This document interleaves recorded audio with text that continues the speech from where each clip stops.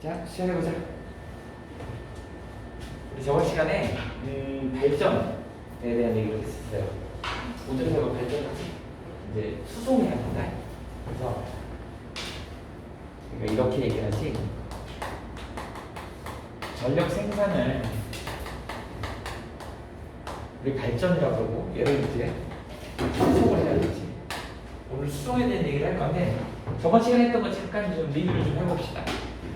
전력 생산하는 과정에 이제 핵심적인 우리 분리 이론이 있지. 뭐가 있었냐면 유도 전류를 발생시키는 거였잖아요.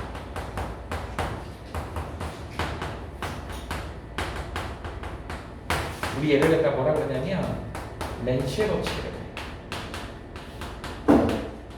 해요. 유도 전류. 유도 전류라는 게 뭐냐?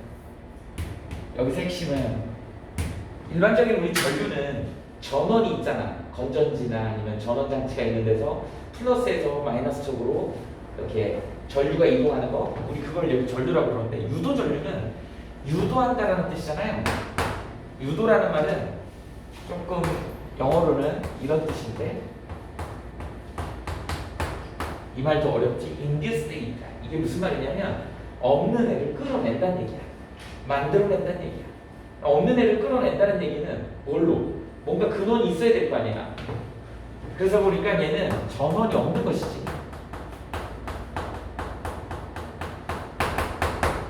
전원이 없는 상태에서 유도 전류를 끌어낼 수 있는 전원의 역할을 하는 애가 뭐다? 자기장의 변화다라는 거죠.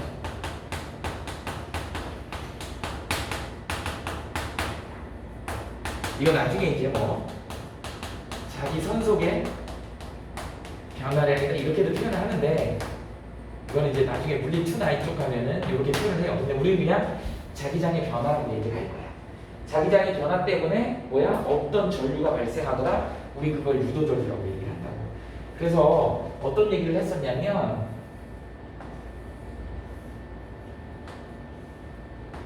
이렇게 생긴 실험 장치 본 적 있을 거예요. 근데 문제 풀다 보면 많이 나와요. 이렇게 생긴 실험 장치에 여기에 이제 뭐가 있니? 아무것도 없이 여기 이제 도선이 이렇게 코일로 이렇게 들어있는 것이지. 입체적으로 보이게 하기 위해서 이렇게 그린 거야. 자, 코일이 이렇게 들어있습니다. 이렇게. 그리고 여기 이제 뭐가 있어? 전류가 흐르는지 안 흐르는지 검유계라고 하는 쥐를 이렇게 나눠. 검유계. 아무것도 없이 그냥 원통형의 코일만 저렇게 감겨있고, 여기 이제 구멍이 이렇게 뚫려있단 말이지. 이렇게. 여기다가 이제 어떻게 된다? 자석을 갖다 들이미는 거야. 이렇게. 여기 이제 끝이 N극이죠? 그 다음에 여기 이제 S극이지. 이렇게. 자석이 이렇게 생겼는데, 니네 잘 알겠지만, 자석의 N극에서 이제 자기장이 쏟아져 나오잖아. 자기장이 쏟아져 나올 때 어떻게 나온다? 이렇게, 이렇게, 이렇게. 선생님이 그림을, 자, 니네가 좀 이해하기 쉽게 그리려고 이렇게 그렸어. 자, 어떻게 된다? 자석 끝부분에 자기력선이 촘촘하게 있는 게 보이냐? 자석 끝쪽에 자기력선이 촘촘하게 있어. 그거에 비해서 이제 자석으로부터 멀리 떨어질수록 이게 퍼져나가지. 그러다 보니까 듬성듬성해지죠. 자기력선이 촘촘할 때 우린 자석이 센 거야. 또는 자기력이 센 거야. 자기장이 센 거야. 이렇게 얘기를 합니다.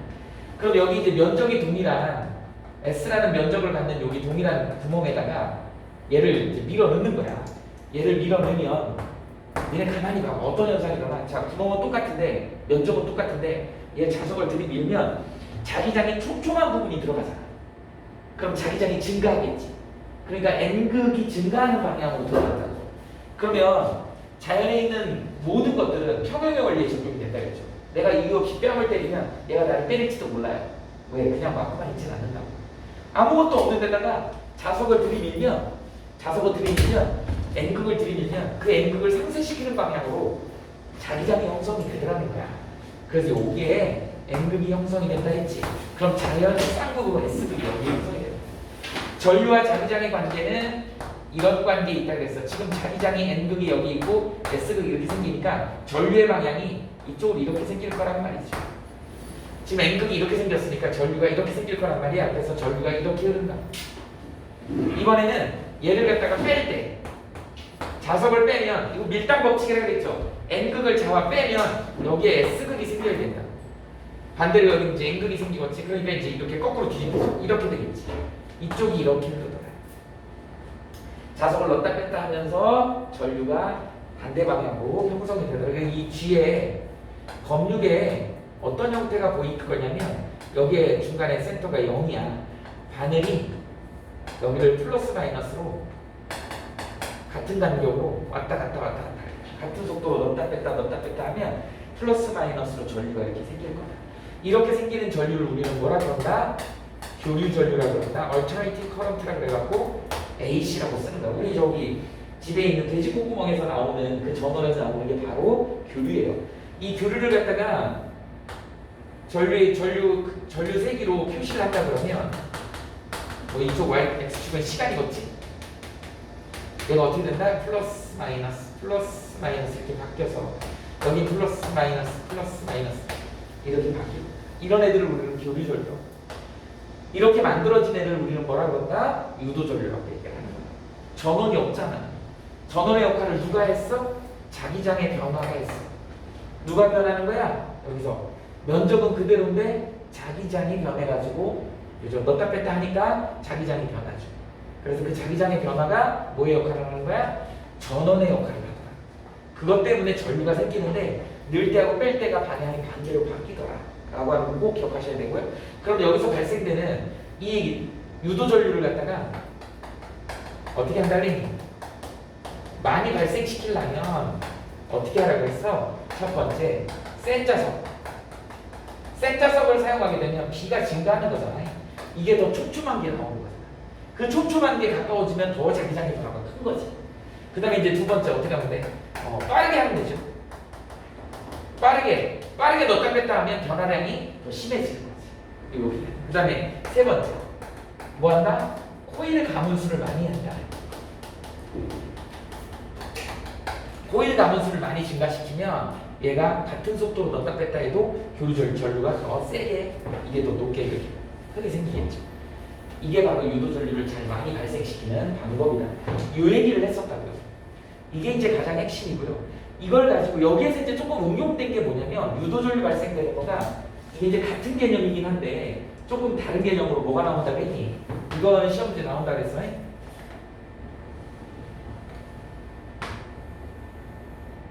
이렇게 균일한 자기장이라 그랬죠. 균일한 자기장에 이렇게 표시를 할 거야. 들어가는 자기장.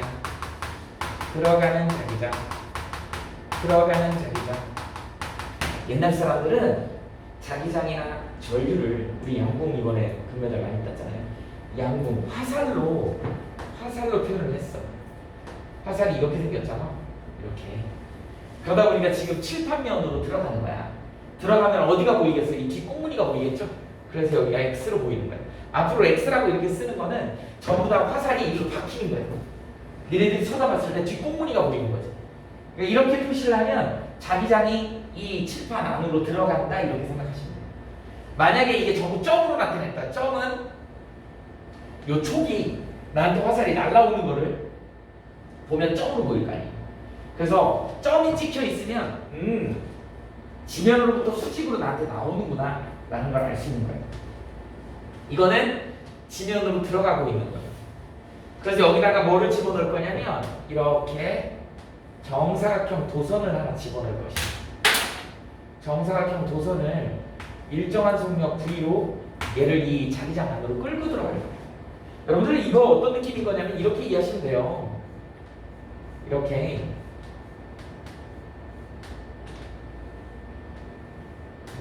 구체적으로 그림을 잘 못 그리는데 이렇게 한번 그려봅시다.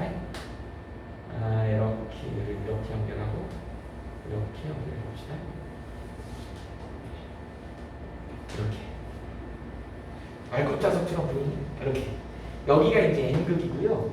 여기가 S극인 이런 말굽자석이 있다 그래봐. 그러면 우리 눈에는 잘 안 보이지만 N극에서 S극으로 자기장이 막 쏟아질 거 아니니? 이렇게 수직으로. 그리고 이 자기장 영역에다가 이런 노란색 도선을 일로 밀어 넣는 거야. 이 그림이에요. 이렇게 밀어 넣는 거야. 그리고 위에서 쳐다본 모습이야. 위에서 쳐다보면 N극에서 S극으로 막 자기장이 쏟아지고 들어가고 있는 거지. 그 상태로 얘를 집어넣는 거지. V라는 속도. 이걸 이쪽으로 그려가지고 이렇게 하는 거지. 이해됐죠? 무슨 말인지? 이렇게 된다. 자기장이 지금 그래서 지면 아래로 들어가고 일정하게 들어가고 있는 상황에 얘 이제 어떤 일이 벌어지냐면 얘가 이 안으로 들어가면 어디까지?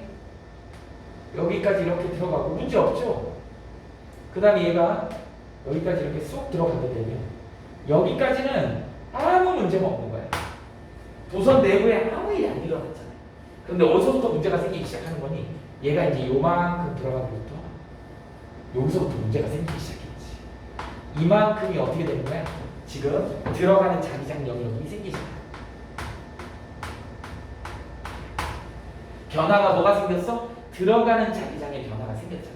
그럼 저걸 상쇄시켜야 된다 그랬지. 저걸 상쇄시키려면 나오는 방향으로 유도전류가 발생해야 되니까 나오는 방향에 자기장해야 된다. 나오는 방향이면 이렇게 되죠. 그래서 이렇게 유도전류가 흐르게 된다.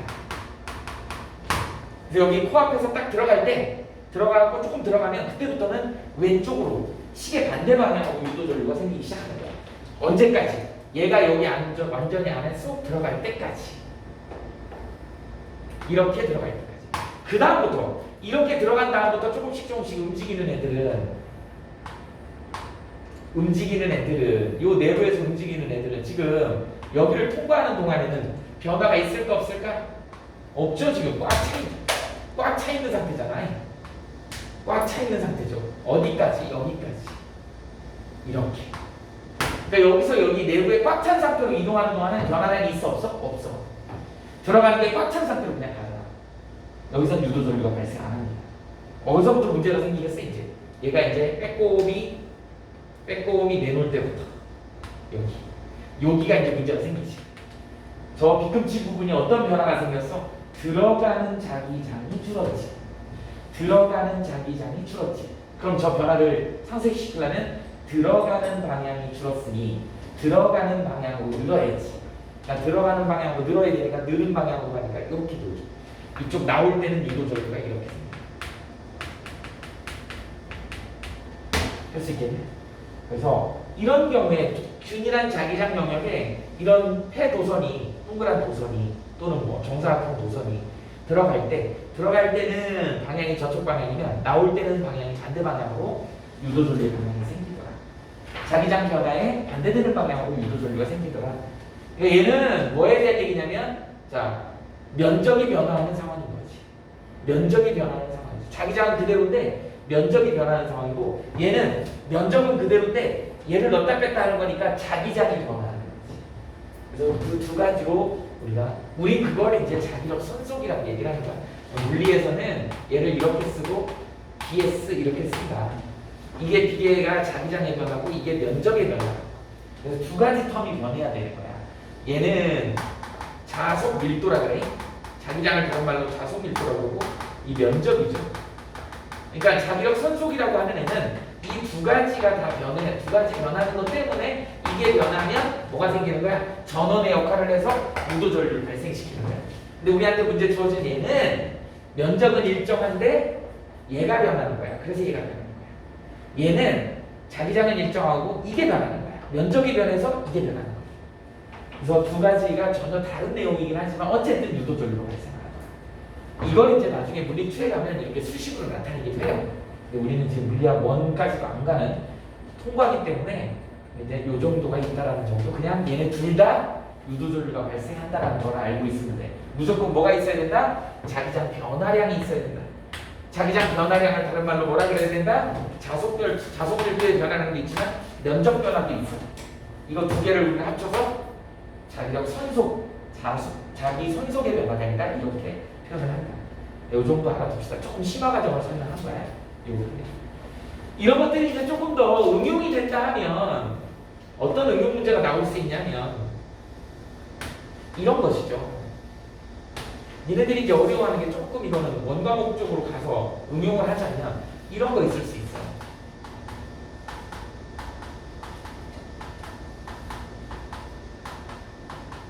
이렇게 있잖아요.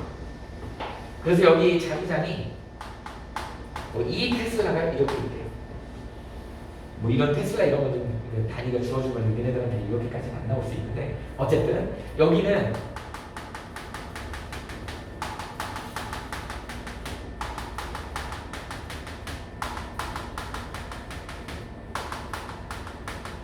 이렇게 된다. 그럼 여기 자기장이 뭐 예를 들어서 여기 6테슬라라고 해보시죠. 3배가 늘었잖아요. 그죠? 그럼 여기에 이제 뭐 예를 들어 이런 도선을 여기다가 V라는 속도로 집어넣는 거야. 그럼 얘가 이제 요 앞에 빼꼼하게 들어가는 순간에는 어떤 일이 벌어질 것 같으니 요만큼이 변했잖아. 자, 그러니까 어떻게 돼? 들어가는 방향에 자기장이 늘었으니까 나오는 방향으로 유도전류가 생겨야 되니까 유도전류 방향은 이렇게 되겠지. 그래서 유도전류는 이렇게 흐르게 돼. 그리고 이제 어떻게 된다? 여기 안으로 쏙 들어갔어. 쏙 들어가서 여기 쏙 들어갔어. 변화 없어. 아무 변화 없어. 이렇게. 여기에 딱 여기까지는 변화가 없었어. 그런데 이제 문제는 뭐냐면 얘가 빼꼼히 여기를 내밀었을 때 이게 이제 문제죠. 이만큼의 변화가 생겼지. 얼마만큼의 변화가 생긴 거야? 4t의 변화가 생긴 거지. 4t의 변화. 그러니까 원래 여기에서보다 어떻게 돼? 2배의 변화 들어가는 걸로 생겼으니까 얘 어떻게 돼야 돼? 나오는 방향으로 자기장의 변화를 상쇄시켜야 되니까 이렇게 생기죠. 그래서 여기에 또 똑같이 이렇게 흐르더라고요. 그럼 만약에 처음에 했던 애가 이걸 I0라고 한다고 하면 이제 여기가 얼마나 더 알아야 돼? EI0라는 걸 알아야죠. 처음에 들어올 때 변화량이 2t였거든. 근데 2t에서 6t로 가니까 변화량이 얼마야? 4t지. 그죠? 그러니까 2t일 때가 I0였다 그러면 4t일 때는 EI0가 돼야 돼. 조금 심한 과정이지만 이런 것도 잡아낼 수 있어야 된다. 아주 어려운 문제 나왔을 땐 이렇게도 나오지. 그러니까 이게 물리학 원에서는 일반적인 문제인데 통합과학에서는 아주 어려운 문제에 이런 거가 다뤄질 수 있다. 그러니까 변화량의 관점을 가져야 다시 아무것도 없었어. 여기서 여기 들어오는데 변화량이 2t야. 근데 그게 들어가는 변화량이야. 상쇄시키려면 나오는 방향으로 유도전류가 생겨야 되니까 방향은 왼쪽이고 그 2t에 해당되는 게 I0라고 주어졌다면 이제 여기를 문제없이 꽉 차가지고 여기까지 문제없이 전류가 안 흘렀어. 여기서 빼꼼히 내밀더니 여기 꽉 찬 상태에서 여기로 넘어오는 과정이 2t에서 6t가 됐어. 그러면 4t가 변화했잖아. 그러니까 여기서 여기 넘어올 때는 변화량은 4t가 변화한 거야. 그러면 들어가는 게 4t가 변했으니까 나오는 걸로 해야 되니까 방향은 이쪽 맞아. 그런데 2t 변화할 때 I0였다 그러면 4t 변화할 때는 2배여야 된다. 그래서 이 I0가 돼. 이해되죠? 이렇게 해주면 됩니다. 이런 문제까지도 여러분들이 이해하시면 돼요. 이렇게 해서 유도전류가 발생을 하더라. 면적이 변화하거나 자기장이 변화하면 전류가 발생하더라. 이걸 이용해서 이제 우리 뭐예요? 발전을 해야 되는 거지. 발전.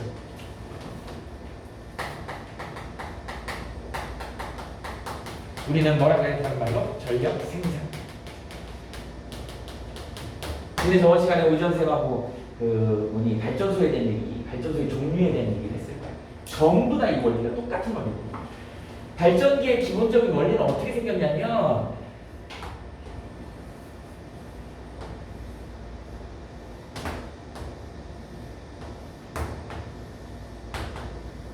자석을 가운데로 동그랗게 파면 여기가 N극이고 여기가 S극이거든요. 여기다가 이제 이렇게 한상 도선에 이렇게 코일 이런 애를 집어넣는다고 해봐. 이론적인 거니까 N극에서 S극으로 우리 눈에 보이진 않지만 이렇게 자기장이 N극에서 S극으로 막 이렇게 균일하게 쏟아질 거란 말이지.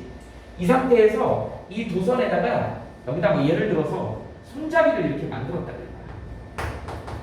이 손잡이를 돌려요. 돌리면 어떻게 된다고? 지금 니네 보기에 자기장이 여기 쏟아지고 있는데 한상도선 이렇게 있다가 이걸 돌리면 이렇게 돌아가잖아. 그러니까 이 도선 내부가 자 어떻게 돼? 면적이 넓어지지. 그러니까 자기장이 쏟아져 들어오는 면적이 넓어진다고. 그럼 당연히 여기 자기장이 변화가 생기잖아. 그럼 그걸 상쇄시키는 방향으로 전류가 생겨야 돼. 여기서 유도전류가 생기는 거야. 발전기의 원리가 이겁니다. 얘랑 똑같은 거야. 얘를 돌림으로 해가지고 면적이 늘어나는 거야. 그러면 자기장의 변화가 생기기 때문에 유도전류가 생기는 거야. 이게 발전기의 기본 원리고 여기가 뭐가 달려있어? 프로펠러가 달려있다고 생각해봐. 그거를 갖다 높은 데에 납작한 물을 갖다 떨어뜨리면 이게 수력 발전이야. 물을 떨어뜨려서 물레방아를 돌리면 얘가 돌거든. 그 다음에 이제 뭐 핵발전하면 그 열로 물을 데워. 그러면 증기 터빈을 돌리면 또 전기가 만들어져. 핵발전. 여기다가 바람개비를 연결해. 그럼 풍력발전. 파도가 쳐. 파도가 치는 거 압력을 이용해서 돌려. 프로펠러를 돌려. 그럼 그게 뭐 화력발전, 조력발전 이렇게 되는 거예요. 그러다 보니까 우리가 기본적으로 쓰는 원자력발전, 뭐 풍력발전, 화력발전, 수력발전, 뭐 지열발전, 태양열발전 이런 애들은 전부 다 이 터빈을 돌리게 됩니다. 그러면 뭐예요? 유도전력. 그러다 보니까 어떻게 된다? 다들 교류를 만들어내는 거예요. 교류. 우리가 쓰고 있는 거 교류예요. 매 초마다 60H라면 1초에 120번 깜빡거리는 거예요. 60번을 왔다 갔다 하는 거기 때문에 1초에 120번 깜빡. 니네 지금 이 형광등 1초에 120번 깜빡거리는 거야. 근데 우리 눈이 성능이 별로 좋지 않아요. 우리 눈은 잔상효과라는 게 있어. 내가 이렇게 쳐다보다가 딱 하면 여기에 니네 모습이 남아있잖아. 이런 잔상효과 때문에 얘가 깜빡거리는 걸 감지를 못해내는 거야. 니네 가지고 있는 스마트폰 좀 성능 좋은 걸로 이거 찍어봐. 어른어른 거려. 방송용 카메라로 찍잖아? 그럼 깜빡깜빡깜빡거려. 걔네들은 프레임 숫자가 많기 때문에 이런 걸 잡아낼 수 있다. 근데 우리 눈은 성능이 좋지 못해갖고 이게 마치 연속적으로 빛이 나오는 것처럼 보이는데 실제로 우리가 쓰고 있는 전기는 1초에 120번 깜빡거립니다. 그걸 우리는 교류라고 하는 거예요. 그 교류가 만들어지는 이유가 대부분 발전소에서 만들 때 전기다. 그래서 이걸 갖다가 이제 우리가 스마트폰에다가 충전하려고 하면 뭐가 필요한 거야? 정류 장치가 필요한 거야. 직류로 바꿔가지고 우리가 충전을 하는 거예요. 그래서 직류로 바꾸는 장치가 이게 바로 그거예요. 이 어댑터가 있어야 돼. 이 여기 안에 PN 접합 다이오드가 들어있어서 교류를 갖다 직류로 바꿔가지고 우리가 직류를 사용하게 된다. 교류가 우리가 이제 이 전력 생산과 수송이라고 하죠. 수송에서 교류가 굉장히 유용하게 있어요. 원래 전류가 두 종류가 있죠. 니네 잘 아는 직류 전류하고 교류 전류가 있는데 이 영화로도 나왔어. 커런트 워라는 선생님도 소개만 봤는데 다 본다 하는 게 시간이 없어서 아직 못 봤는데요. 예전에 에디슨 유명하잖아요. 에디슨하고 지금 전기자동차로 유명한 테슬라가 이 자기장도 단위가 테슬라잖아요. 과학자 이름이야. 이 테슬라도 전기를 되게 잘하는, 그 다음에 에디슨은 과학자기도 하고 발명가잖아요.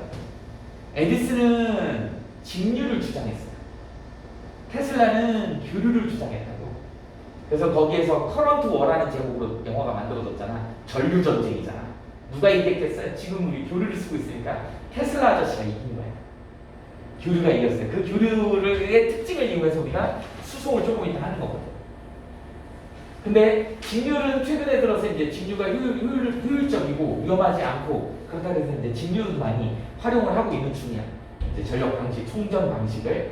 근데 지금 여전히 교류를 많이 쓰고 있습니다. 그래서 에디슨 아저씨가 발명가잖아요. 자기가 직류가 더 좋다는 걸 사람들한테 알리려고 발명품을 하나 만들죠. 뭘 만들었을까? 전기 의자를 만듭니다. 교류를 사용하는 전기 의자. 전기 의자 뭔지 알지? 사형수들 앉혀가지고 뽑아가지고 죽이는 거예요. 그래서 교류가 그만큼 위험하다는 걸 인식시키려고 사악하죠. 그렇게 해서 발명품을 만들어갖고 지금도 미국에서 한 3가지 하잖아요. 사형제도 중에 교수형 처하는 것도 있고 그 다음에 뭐라 그랬지? 독극물, 화학약품 주입해가지고 죽이는 경우도 있고 전기 의자에 앉혀가지고 튀겨 죽이는 거 그게 그렇게 이제 있잖아요. 근데 그 전기 의자를 발명한 사람이 에디슨이에요. 근데 에디슨이 그때 당시에 테슬라하고 이 전류 전쟁을 할 때 직류가 안 위험하고 더 효용성이 좋다는 걸 보여주려고, 교류는 위험하다는 걸 보여주려고 그런 발명품을 만든 거예요. 그래서 실제로도 지금 사용할 때 쓴대요.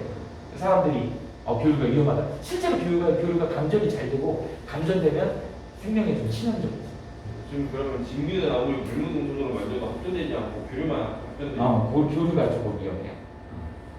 문제가 심하죠. 지금 그럼 보통 막 전철이나 그런 거 직류래봐야 니네 직류를 활용할 수 있는 게 우리 스마트폰이라면 몇 볼트니 기껏해야 9볼트 정도밖에 안 돼요. 볼트수가 되게 낮죠. 전화. 지금 그러면 보통 지상에 전철 다니는 곳에 전기가 설치되어 있는데 곳곳에서 전기 위험이라고 보통 붙이되는 게 있는데 그거가 교류. 다 교류야. 전부 교류. 지금 우리가 쓰고 있는 전기는 다 교류라고 생각합니다. 그럼 직류를 안 쓰는 거야? 종류를 나눴어요. 그냥 그렇게 하다가 전체 방식 자체를 다 교류 방식을 쓰게 된 거야. 지금 조금 이따 설명할 건데 교류가 장점이 있어. 장점이 뭐냐면 변압을 할 수가 있어. 교류 승합을 할 수도 있고 강압을 할 수도 있어. 그래서 220V를 110V 바꾸고 110V를 220V 바꿀 수가 있어. 우리나라는 전부 규정상 220V로 다 돼 있어. 일본은 110V야. 예전에 우리나라가 이제 요새는 자동차도 전기 제품도 일본을 앞서가고 있죠. 근데 예전에 뭐 일제 그러면 다 사람들이 막 오 이랬다고. 일제 만들어진 가전제품이 우리나라로 들어오면 우리나라는 220V니까 110V로 전환하는 트랜스가 필요했던 거야. 그래서 전환을 해야 돼. 그 전환할 수 있는 이유가 바로 뭐냐면 교류예요. 그 교류에 대한 얘기를 조금 이따 할 거야. 일단 이렇게 해서 전기가 만들어지더라. 이게 바로 발전 방식이다. 이 발전 방식에는 아까도 얘기했지만 뭐예요? 발전 종류가 뭐 있었어? 화력 발전소, 수력 발전소, 원자력 발전소, 풍력 발전, 또 뭐 있냐? 조력 발전, 화력 발전, 지열 발전, 뭐 이런 것도 있죠. 태양열 발전 이런 거 있어요. 얘네들은 전부 다 뭐야? 교류를 만드는 애들이야. 이거랑 이제 반대되는 게 비교한 게 있어요. 뭐 있어? 태양광 발전이죠. 우리 다른 말로 얘를 뭐라 그러죠? 태양전지라 그러지. 그 다음에 연료전지라는 게 있어. 연료전지는 뭐냐면 수소하고 산소를 반응시켜 갖고 물을 만들어서 전기를 만드는 그런 전지. 이걸 연료전지라고 해. 그래서 얘네는 직류전원입니다. 최근에 이제 어디더라? 저기 전라남도 해남인가? 거기서 제주도까지 이렇게 송전 방식을 바다 밑으로 이렇게 뚫어가지고 거기다가 직류로 송전하는 그런 송전선을 설치했다고 뉴스에서 본 것 같아요.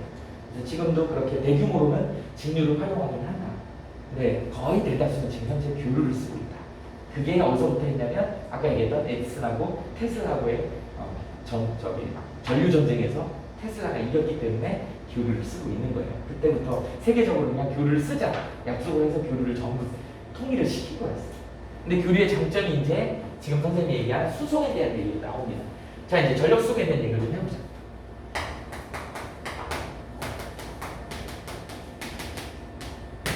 여기는 저번 시간까지 했던 거에 대한 리뷰라고 생각하시고요. 자, 이제 전력 수송은 결론부터 먼저 얘기할게. 전력 수송은 일단 고압 송전이야.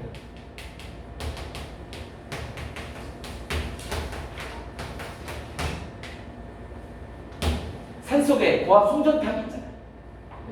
파리에 에펠탑처럼 생긴 고압 송전선 탑들이 많고 거기에 이제 선들이 이렇게 연결이 되어 있는데 산에 가보면 굉장히 높은 데 있어요. 왜 높은 데 있을까? 위험해. 낮게 해놓으면은 사람이 지나가다가 붙어버려요. 너무 고압이다 보니까 그 감전돼. 완전히 감전되면 몸에 있는 물은 다 말라요. 완전히 타죽는 거예요. 피가 다 말라버려. 그런 거. 그래서 이제 번개 맞아도 그런 현상이 일어나죠. 근데 번개 맞고 산 사람들도 있잖아요. 그러니까 어디론가 이렇게 뚝뚝 나와야지 산대요. 막 손으로 뚝뚝 나오든지 발로 뚝뚝 나오든지 전기가 뚝뚝 나오고 사는데 그 전기가 몸 안에서 돌아버리면 열이 발생해. 우리 굉장히 저항체가 큰 저항체잖아. 그 몸에 열이 발생해 버려갖고 물이 다 말라버리고 피도 다 말라버리고 타 죽는 거야. 이게 이제 고압 전선에 감전이 되면 그런 일이 벌어지는데 그러다 보니까 높게 올려야 되니까 송전탑을 높게 하고 실제로 우리 가정에서 쓰는 거는 여기 보세요. 이 안에는 지금 구리선이 들어있다고. 근데 어떻게 되어 있니? 이렇게 피국이 쌓여 있잖아. 그래서 고압 송전선을 일단 먼저 구리가 전도성이 되게 좋으니까 구리로 했어.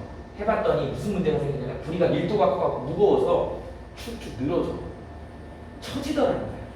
안 그래도 위험해서 높은 탑을 설치했는데 이게 오래 놔두니까 어떻게 돼? 이렇게 굵은 애들은 선생님 팔뚝보다 더 굵어요. 도선이. 그러니까 얼마나 무거워요. 얘네들이 쭉쭉 늘어지더라는 거야. 위험하잖아. 그래서 그럼 안 늘어지는 애가 없을까? 금이 되게 좋은데 금도 많이 늘어지지 약하지. 금이 전도성이 되게 좋지만 너무 비싸잖아. 그래서 이제 찾아낸 재료가 알루미늄이야. 알루미늄. 알루미늄은 전기 전도성은 되게 좋은 편이야.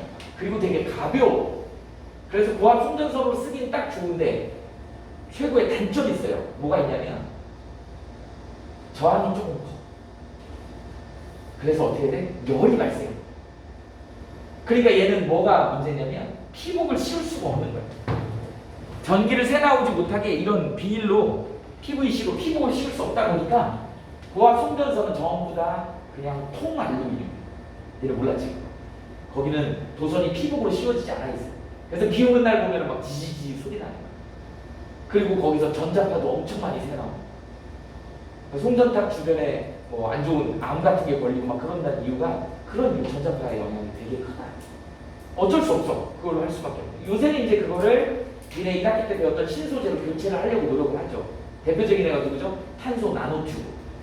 근데 이제 그 탄소 나노튜브는 그렇게 성장시키기가 쉽지가 않다고 얘기하잖아요. 어쨌든 그걸로 바꾸려고 노력을 하고 있다고. 근데 지금 현재는 전부 다 알루미늄이야. 통 알루미늄이야. 알루미늄은 밀도가 작아. 가볍기 때문에 팽팽하게 만들어서 상공에다 올릴 수 있다는 거지. 대신 열이 발생하니까 피복을 씌울 수 없고 그냥 통 알루미늄으로 놔두더라고. 그래서 전자파나 이런 거에 영향력이 좀 있다. 그게 이제 고압 송전이 돼. 고압 송전선이 돼. 그런 위험을 무릅쓰고 고압 송전하는 이유가 있을 거 아니야. 이거의 이유를 설명할 수 있어야 되는 거지. 왜 고압 송전을 하는지. 답부터 얘기할게. 답은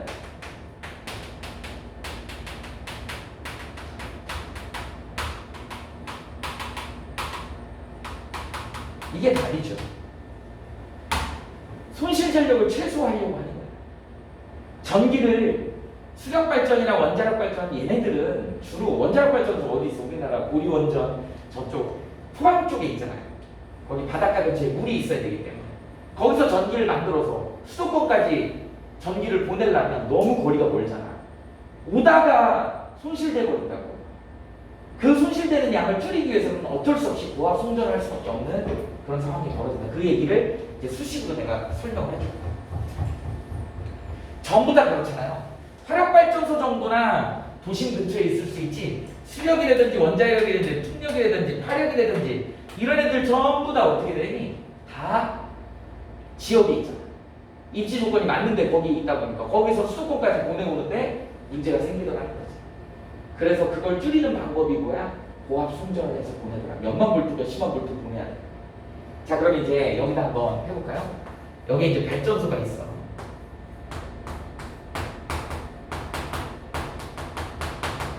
발전소에 그냥 간단하게 무식되니까 이렇게 도선이 고압 송전선이 저항이 R이라고 하는 송전선이 있다 그봐.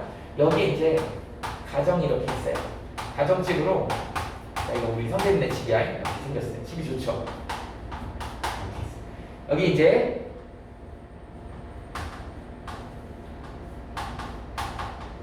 선생님은 이렇게 꼬리도 있어. 털이 많이 났어. 귀도 있고. 오늘 한 1년 만에 목욕을 새로 했어요. 목욕을 했는데 털을 말려야 될 거 아니야. 털을 말리려면 헤어 드라이기를 써야 돼. 뭐 요새는 개새끼 이렇게 말려주는 그런 것도 뭐라고 그러지? 이름이 있던데 홈쇼핑에 나오죠? 이렇게 넣어갖고 이렇게 불로 막 바람 나와갖고 말려주는 그런 기계가 있어요. 저 큰 거 하나 사갖고 선생님도 썼으면 좋겠어. 사람이 직접 들어가면 이렇게 말려주면 되겠어. 시원할 것 같아. 어쨌든 요게 있어. 근데 만약에 이걸 갖다가 헤어드라이기로 말리기 위해서 얘가 필요한 만큼이 예를 들어 500원어치 전기가 필요하다고 예를 들어봅시다. 그래서 내가 발전소에 전화를 해갖고 나 털 말려야 되니까 500원어치 전기를 보내줘 이렇게 요청을 했어. 내가 500원 낼게? 그러니까 발전소 사장이 뭐라 그래요? 안 돼. 꺼져. 이렇게 돼. 왜? 그랬더니 700원 내. 나 돈 없어. 700원을 내야 돼. 왜? 나는 500원어치 쓰려고 했는데 왜 700원을 내냐고 따졌어. 그랬더니 얘가 뭐라고 설명하냐면 내가 700원어치 생산해서 보내면 가는 과정에서 소모돼. 200원어치 소모되고 너한테 500원어치 보내갈 거야. 그럼 너는 털을 완전히 말릴 수가 있어. 네가 부담해야 돼 이거. 이렇게 얘기를 하는 거야. 그러니까 이쪽으로 오는 과정에서 이 도선의 저항 때문에 손실되는 것까지 고려를 해서 얘가 보내야지 얘가 완벽하게 500원어치를 쓸 수 있다는 거죠. 그러면 얘가 만들어내는 전력이라고 하는 거를 우린 전력 중학교 때 배웠죠? P0에 I0 이렇게. P라고 하는 게 전력이거든. 전압 곱하기 전류 이렇게 표현할 수 있어. 그럼 여기에 도달하는 애를 P라고 합시다. 그럼 V에 I0. 도선이 하나밖에 없기 때문에 여기서는 전류가 일정하다고 보자니 흐르는 전류가 일정하다. 킬키오프의 법칙이라고 있는데 전류가 I0로 일정하다고 봅시다. 그러면 지금 얘하고 얘가 차이가 나잖아. 얘가 700원어치인 거고 얘가 500원인 거잖아. 그러면 여러분들은 뭘 구해야 되는 거야? 전력 손실. 이게 전력 손실이야. P0에서 P를 빼면 되는 것이지. 자, 그러면 이거 풀었으면 얘는 어떻게 된다? V0에 I0 마이너스 V에 I0. 얘는 어떻게 되나? 델타 V의 변화량이죠. 이렇게 써줄게. 이렇게 묶을 수 있어. 그죠? 이거 우린 전압강화라고 얘기하거든. 델타 V, 이거 I0 이렇게 쓸 수 있잖아. 니네 오메 법칙 I는 R분의 V라고 하는 유명한 오메 법칙 식 알잖아. 또는 뭐 V는 IR 이렇게도 쓸 수 있지. 그죠? 같은 식이잖아. 오메 법칙이다. 오메 법칙. 이 V 대신에 IR을 집어넣으면 되잖아. 그리고 어떻게 되는 거야? I0에 R은 이거 R이니까 R 쓰고 여기 I0잖아. 아하, 얘 I0에 제곱에 R이구나 이렇게 됩니다. 그래서 여러분들 이거 외우면 되는 거야. 이거만 외우면 되는 거야. 델타 P는 I 제곱 R이다. 이렇게 식이 하나 나옵니다. 근데 이걸 좀 변형해 보자고. 이 식 있잖아. 이 식을 좀 변형해 보자. 어떻게 된다? I0를 이렇게 쓸 수 있겠니? V0에 P0라고 쓸 수 있지? 이걸 여기다 그대로 집어넣어 보자고. 그러면 델타 P가 하나씩이 더 나오죠? 어떻게 된다고? I0 대신에 V0에 P0에 제곱에 R 이렇게. 그래서 두 가지씩이 나오더라는 거죠. 우리는 이 두 개씩을 갖다가 활용을 잘 해야 돼. 둘 다 시험 문제 나와. 그래서 우리 이거 두 개를 외우면 되는 거야. 요게 이렇게 유도되는 과정은 몰라도 돼. 그냥 필기만 해보세요. 우리한테 이제 필요한 건 이 두 개씩이 필요해. 먼저 얘 밑에 거부터 먼저 한번 해볼까? 밑에 거를 한번 해보자고. 델타 P는 자 어떻게 돼요? V0에 P0에 제곱에 아니더라. 이게 뭔지 알죠? 각각. 이게 이제 뭐냐면 손실 전력이에요. 우리의 목표는 이 손실 전력을 줄이는 거. 이걸 줄이는 게 우리의 목표야. 그죠? 너무 아깝잖아. 200원이 아깝잖아요. 그죠? 그냥 가면서 손실돼 버리는 거야. 그러면 이걸 갖다 줄이는 방법을 한번 고민을 해보자고. 이 식에서. 얘가 작아지려면 얘를 줄여야 돼. 그런데 이건 현실적으로 불가능해요. 야 500원어치 200원 벌려고 그 산속에 있는 고압 충전소를 다 바꿀 수 없잖아. 그래서 이거 현실적으로 불가능. 자, 그 다음에 이거를 줄여야 돼. 이거 현실적으로 불가능한 거 아니야? 전력을 생산량을 보내는 전력을 줄인대. 야, 너 갔는데 200원어치 손실되니까 내가 50원어치, 70원어치만 붙일게. 그럼 넌 50원 받을 수 있어. 이렇게. 그래도 조금 풀잖아. 그래서 이렇게 얘기하자. 나는 지금 500원어치가 필요하다니까 50원 보내주면은 벽털도 못 말려. 이렇게 되는 거죠. 털을 다 말려야 되는데 이걸 줄여서 이것도 현실적으로 불가능해. 그러니까 현실적으로 가능한 건 이걸 높이는 수밖에 없는 거죠. 그래서 이 V0라고 하는 애가 송전전압인 거야. 그래서 송전전압을 높이는 거야. 고압 송전을 할 수밖에 없는 것이지. 그래서 얘를 갖다가 N배 높여서 송전을 했대. 전압을 N배를 증가시켰어. 그랬더만 어떻게 돼요? 손실 전력이 N제곱분의 1배가 되더라는 것이지. 제곱의 형태로 줄더라고. 제곱의 형태로 줄. 이제 니네한테는 이거가 이제 중요하지. 고압 충전을 해야 되는데 N배를 높여주면 전압을 그러면 손실 전력은 N제곱배로 줄어들더라. 굉장히 효율적이죠. 이거 하나 설명할 수 있으면 되고요. 이거 두 번째 것도 한번 설명해. 이것도 한번 설명해보자. 델타 P I0의 제곱에 R이라고요. 이거 한번 설명해볼까? 자, 얘를 줄이는 방법은 자 어떻게 한다고? 송전전압을 N배를 높이잖아. 자, 그런데 여기서 보낼 때 P0 값이 V0에 I0였단 말이지. 근데 여기서 어떻게 된다고? 송전전압을 N배로 높여. 이걸 N배로 높이면 얘가 N분의 1, 얘는 항상 일정해야 되잖아. 만든 전력은 일정할 수밖에 없잖아. 그래서 전압을 N배로 높이잖아? 그러면 I0가 N분의 1배가 되는 거지. 이렇게 이 n분의 1배를 여기다 집어넣어봐. 아하, 손실 전력이 n제곱분의 1배가 되는구나. 이거 똑같은 얘기다. 둘 다 표현 방식은 좀 다르지만 같은 얘기다 라고 하는 걸 여러분들 정리할 수 있습니다. 자, 위의 식이 더 훨씬 더 많이 나와. 한 70대 30 정도가 나옵니다. 같은 얘기긴 한데 표현 방식이 좀 다른 거지. 그래서 얘도 역시 둘 다 전압을 높이면, 전압을 n배 높이면 어떻게 된다? 손실 전력이 n제곱분의 1배가 되더라. 여기에서 이 식에서 여기서 전압을 n배를 높이면 이 i0가 어떻게 된다? 이게 일정해야 되니까 n배를 높이면 n분의 1배가 되더라. 근데 그거의 제곱이니까 n제곱분의 1배로 감소하더라. 이렇게 되는 거죠.